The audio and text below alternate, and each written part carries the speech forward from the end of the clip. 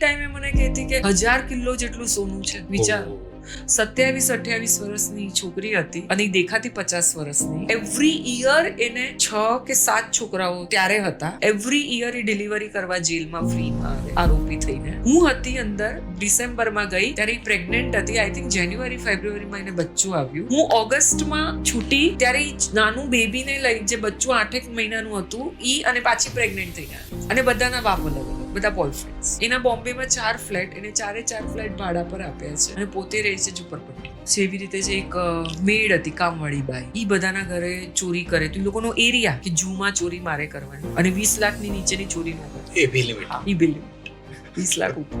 અને મેં એને કીધું કેમ એવી રીતે? તો પછી એને મને કીધું કે જેની પાસે 20 લાખ ઉપરની ચોરી દાગીના હોય ને, એ બધા ઇલીગલ હોય, બ્લેક ના પૈસા ના હોય. એટલે એ લોકો પાસે રેકોર્ડ નું હોય બિલ ના. એટલે પોલીસ પાસે જાય તો જેટલું બિલ હોય એટલું જ ઈ કરે. તો મારે રિકવરીમાં હું એટલા બતાડી દઉં. એની પાસે